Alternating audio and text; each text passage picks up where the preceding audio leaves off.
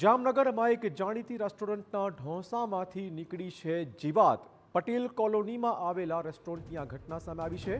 ગ્રાહકની ફરિયાદ બાદ આરોગ્ય વિભાગે તપાસ શરૂ કરી હતી। રસોડાની સ્વચ્છતાની કરી હતી ચકાસણી। હાઇજેનિક કન્ડિશન નહીં સુધારે ત્યાં સુધી રેસ્ટોરન્ટ તેમણે બંધ કરાવ્યું છે। 2 દિવસ સુધી રેસ્ટોરન્ટ સંપૂર્ણ રીતે બંધ રહેશે।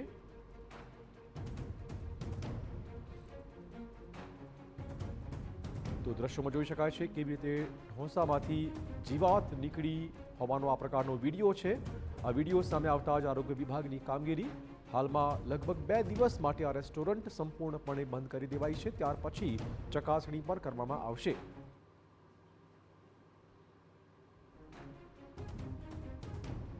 એમાંથી જીવાત મળેલ હોય એવું જણાવેલ છે અને તેઓએ મોબાઈલમાં ફોટા પણ નાખેલ હતા।